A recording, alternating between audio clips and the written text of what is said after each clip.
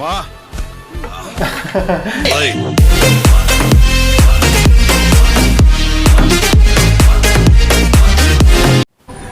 உங்க அப்பங்க கதிர செத்த கூட அது தெரியுதுக்கு 2 நாள் ஆகும்டா. उन्हें सही क्या बोल रहा है भयंकर है। You only have 4 more days for Monday. 4 दिन बचे। नाले ना ये बहुत खराब आदमी है। उस वक्त उसने मना किया जब ये दे रहा था उसे रुपए। अब कैसे कर रहा है? उस जरूरत पड़ गई ना, अब तैयार हो गया उस डील के लिए। इससे मांग रहा है। प्लीज समझ I'll see what I can do. नहीं और बायर से बोल रहा है। Yusuf has been telling you, go find a buyer and the steel is all yours. Bag ढूंढने फिर से बैग ढूंढना पड़ेगा ना। Hello sir I mean steel റിക്വയർമെന്റിനെ കുറിച്ച് പ്ലീസ് കോൾ മീ ലേറ്റർ. ശരി, ഞാൻ പറഞ്ഞതല്ലേ, എന്തൊരു ആവശ്യമുണ്ടെങ്കിൽ ഞാൻ അങ്ങോട്ട് വിളിക്കാം. Okay sorry sir Jerry, you have to find a buyer. അല്ലാതെ നമുക്കൊന്നും ചെയ്യാൻ പറ്റില്ല. उस वक्त तो मतलब मिल ही गया था से बायर्स। अब जैसे इसने बीच में थोड़ा छोड़ा ना,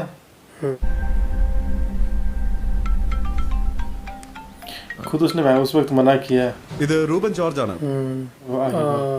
ये तो बोर्ड था उस समय दिखाया था ना। എമൗണ്ട് പറയൂ.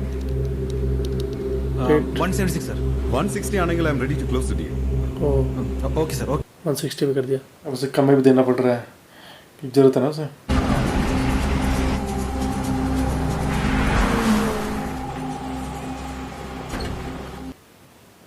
എനിക്ക് കുറച്ചുകൂടെ കുറഞ്ഞ റേറ്റിൽ ഒരു ഓഫർ കിട്ടി. അപ്പൊ ഞാൻ അതങ്ങ് ഉറപ്പിച്ചു. हैं? തൽക്കാലം ഒരു 20 കുറച്ച് ടണ്ണിന്റെ അളകാണ്. സ്റ്റീൽ. എന്താണ് സാറേ കാര്യം ഡാ, നീ ജേക്കബ് സക്കറിയുടെ മോനല്ലേ? അയാൾ തന്നെയല്ലേ पहले से स्टील मंगा दिया, फिर कह रहा मुझे वहाँ से कम रेट में मिल गया तो मैंने उसे दी, उससे खरीद लिया। बहुत चालाक आदमी था वो। फिर चले गया इसके बाद रोती उसे कर लेगी। അതുകൊണ്ട് വന്ന എനിക്ക് ഒരാഴ്ച കൂടി സമയം തരുമോ? एक हफ्ता चाहिए से अच्छा। വളർന്നുകൊണ്ടിരിക്കുന്നത് 51 വയസ്സായ എൻ്റെ അമ്മയ്ക്ക് 5നും 10നും That's it. God, so now you just get the bloody hell out of my house. Out. भगा दिया उसने। मारिंदा है ജെറി, എൻ്റെ കയ്യിലിതും ഒരു ഗിറ്റാറും മാത്രം.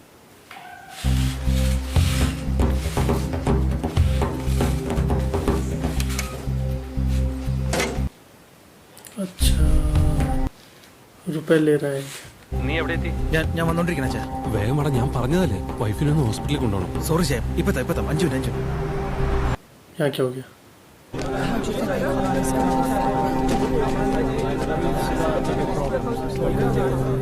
ജെറി अच्छा इससे मिल रहा है, 1 लाख इससे मांग रहा है।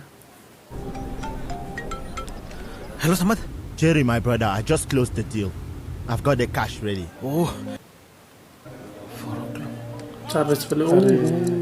This is cash and I cannot trust anyone else with it. Okay സമ്മത് I M on airport पे जा रहा है ये। वो जा रहा है ना, वो कहना था मैं अपने घर जा रहा हूँ। अरे लग गया उसके सर पे, रुपये गिर गए। रुपये गिर गए। अबे सब सारे लोग उठा देंगे रुपए को। अबे शिट शिट।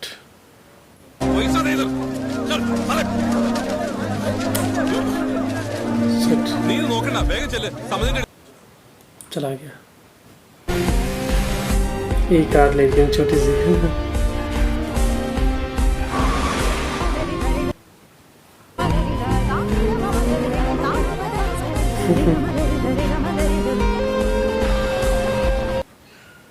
एक्सप्रेस वे है ना।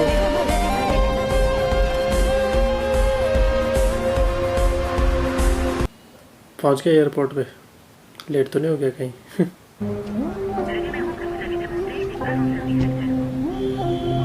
पता ना जाए अभी अरे 4 बजे कहा था उसने अरे फ़ोन क्यों तोड़ा उसने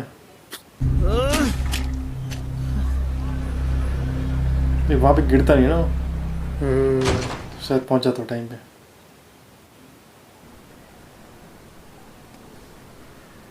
इसके भाई को क्या हुआ इसके बेटा उदास है पता नहीं क्या किया इसने कुछ किया हो जरूर എന്ത് പറ്റി എടാ എന്ത് പറ്റിയെന്ന് कॉलेज से निकाल दिया इसे ഞാനൊന്ന് കണ്ടു सिक औरत निकालता फिर अच्छे से निकाला सीधी कर मैंने അവൻ തൊട്ടപ്പുറത്ത് इससे दुश्मनी रही होगी शायद इसकी എബിൻ मारो तो नहीं इसने उसे നിന്റെ അപ്പം ബിസിനസ് പൊട്ടി നാട് വിട്ടെന്ന് കേട്ടു ഉണ്ടാവടാ നിന്റെ അമ്മയ്ക്ക്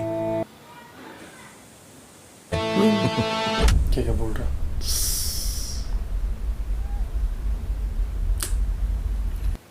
अच्छा कुछ नहीं किया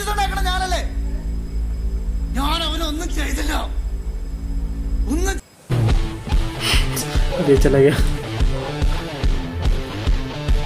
उसे पीटने के लिए बैठ बैठ दे रहा उसे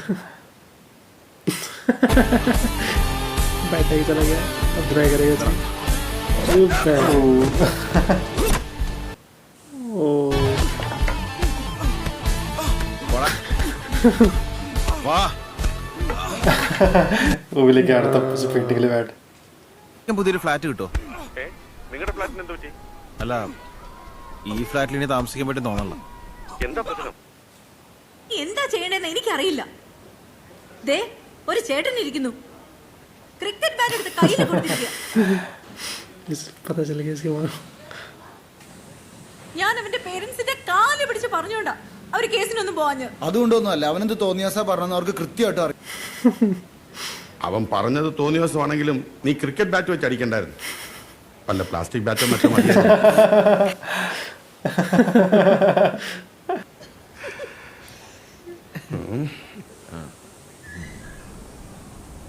മുരളി മേനോനായിട്ട് कल है कोर्ट के डेट ने അതുകൊണ്ട് അമ്മയുടെ പേരിലുള്ള കേസ് മാത്രം റിലീസ് ചെയ്യാന്ന് പറഞ്ഞു अगर आधा पैसा देगा तब रिलीज कर देगा केस उस दिन मिलने वाले थे उससे पैसे नहीं I was never a good son Jerry ഞാൻ പപ്പയെ കുറെ വേദനിപ്പിച്ചിട്ടുണ്ടല്ലേ ഈ മുരളി മേനോന്റെ വീട് എവിടെയാ ബർദുബായില എന്തു പറ്റി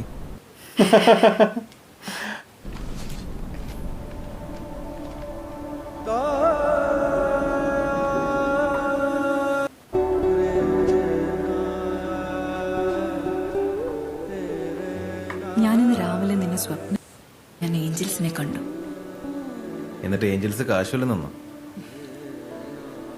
നിനക്ക് അത്ഭുതങ്ങളിൽ മനസ്സറിഞ്ഞ് അധ്വാനിക്കുന്നവന്റെ ജീവിതത്തിൽ ദൈവ അത്ഭുതം പ്രവർത്തിക്കും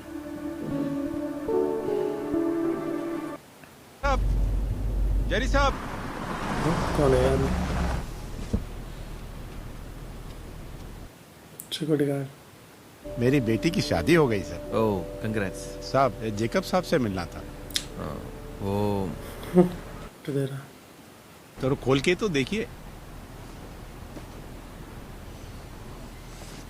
अच्छा पेंटिंग बनाई उसने पेंटिंग बना रही है पहले आवड़ा है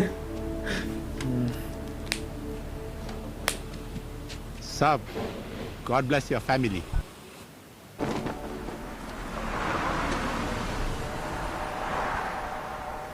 कोर्ट जा रहा नहीं और ताबीज भी रखा इसने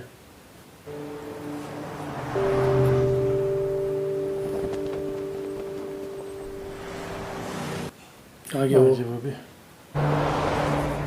बहुत रंग है करो उसके पैर भी पड़ गया था फिर भी माना नहीं क्या हुआ जो सामने से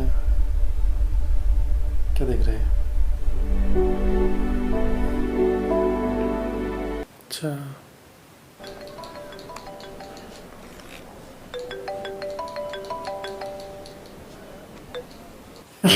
ये परेशान हो रखा है जैसे ही करके परेशान इसको कोई धमका रहा है ओ बाबा इतनी भीड़ लगी है कितनी भीड़ है वहाँ Contract? I cannot stay with him. I want a divorce. Surely? Yes, कोई sir. डिवोर्स के लिए आ रखा है, कोई I किसी have चीज़ के लिए आ रखा है, सबके अलग अलग प्रॉब्लम है.